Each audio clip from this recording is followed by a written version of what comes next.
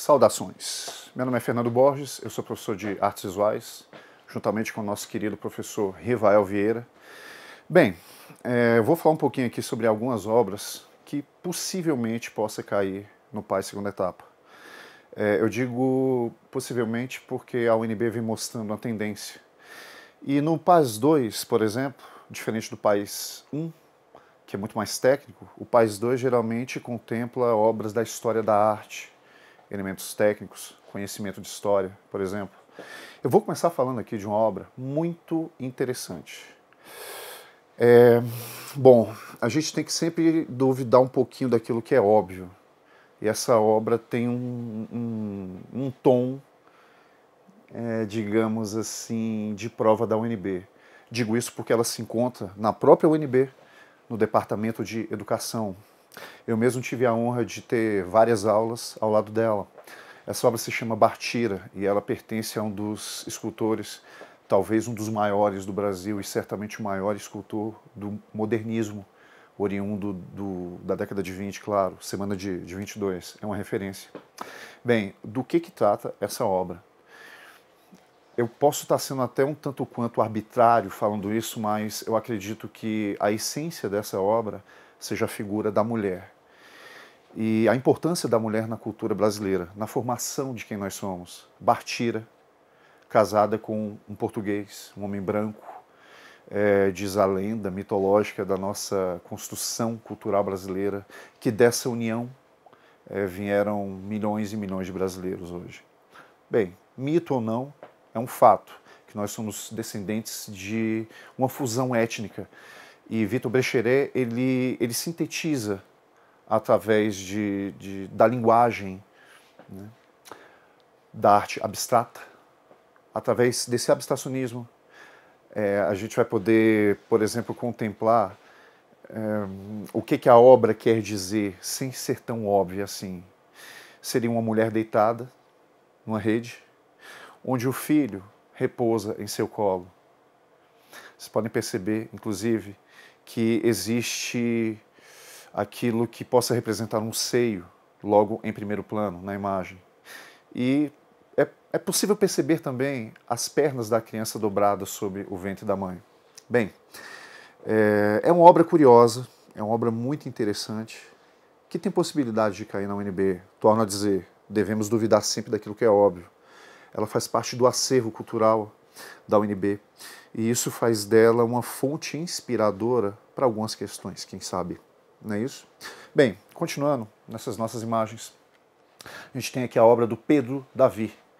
É uma série de fotografias, né, que correspondem a uma obra chamada Sufocamento. A temática dessa obra é muito, muito interessante. E ela tem uma capacidade de se multiplicar em termos de compreensão, tanto no sentido estético quanto poético, e muito mais ainda no sentido metafórico. Observemos então uma única árvore em meio a tantas outras. Essas outras árvores parecem que, como o nome mesmo diz, sufocam essa árvore. Se a gente parar para compreender essa imagem dentro de uma perspectiva humana, a gente pode compreender como um conceito de solidão. Posso estar sendo até um tanto quanto emotivo demais, mas faz parte da minha profissão. Mas eu me sinto muito mais sozinho em meio a outras pessoas do que estando sozinho plenamente. Essa obra me chama muito a atenção nesse sentimento que ela tenta passar através do isolamento de uma única figura em meio a tantas outras. Claro que existem outras alusões em cima dessa imagem. Por exemplo, a derrubada da Mata Virgem em prol da plantação de eucalipto, por exemplo. Talvez para carvão, enfim, para a indústria. Desmatamento, esse é o tema. Assim como a obra anterior, e isso eu vou dar uma breve continuidade sobre ela em uma outra obra. O PAS 2 ele contempla a figura da mulher na sociedade, bem como, através dessa imagem, e de outras também, como, por exemplo, Mata Virgem sendo reduzida a carvão, a gente pode ver aí uma questão de preservação ambiental. E deve ser notado isso. Ou seja, leiam textos sobre o tema, peguem referências tanto em geografia, biologia, e façam relações. Eu acho que seria, no mínimo, interessante. Uma outra questão que pode ser lida aqui é justamente, claro que aí é uma referência imagética, extremamente poética. E me permitam, da minha parte.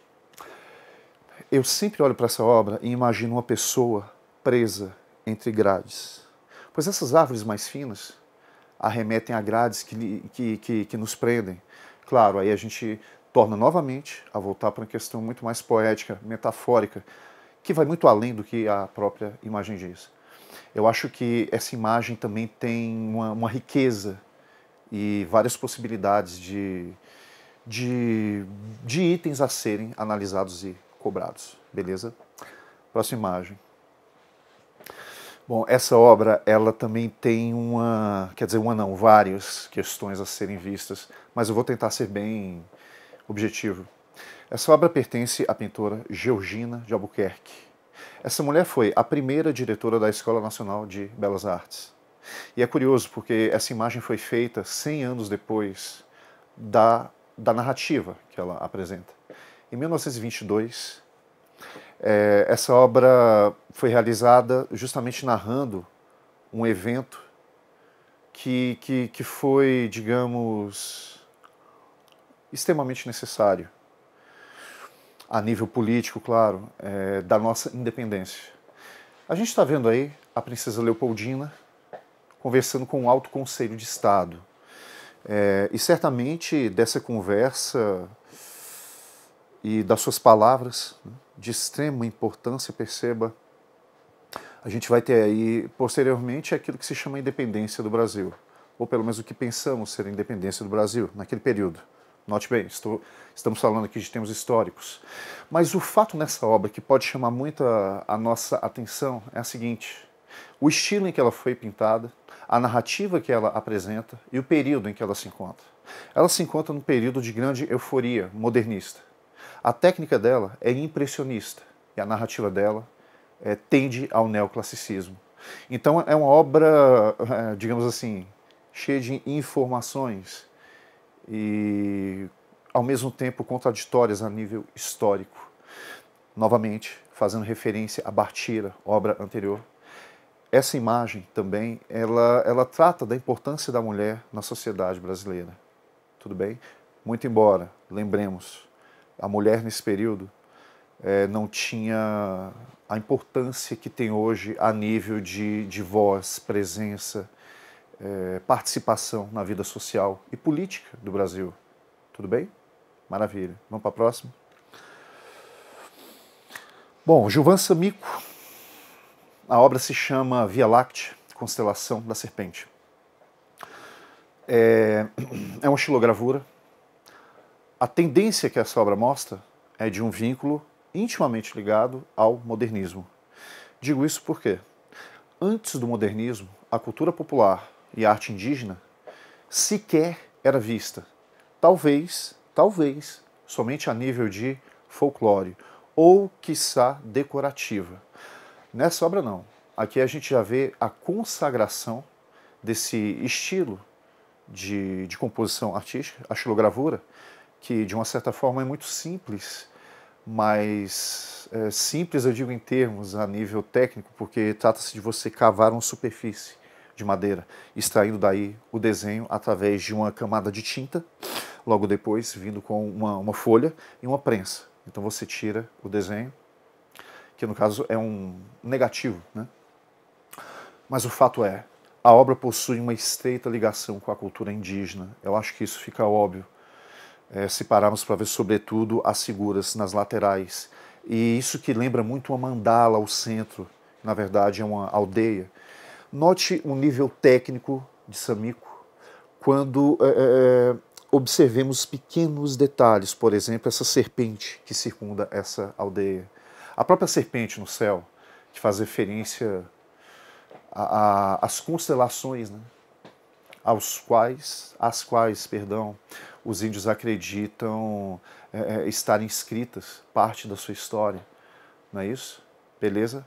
Bem, eu acredito que se, porventura, essa obra venha a cair na nossa prova, ela vai estar falando, além de questões técnicas, como, por exemplo, simetria, equilíbrio, ela vai também estar dialogando ali um pouquinho com a cultura popular, com a arte popular. Inclusive, pode fazer uma referência bastante poética até com a literatura de cordel, ok? Nossa última imagem. Bem, como eu havia dito antes, o País 2 ele contempla a história da arte.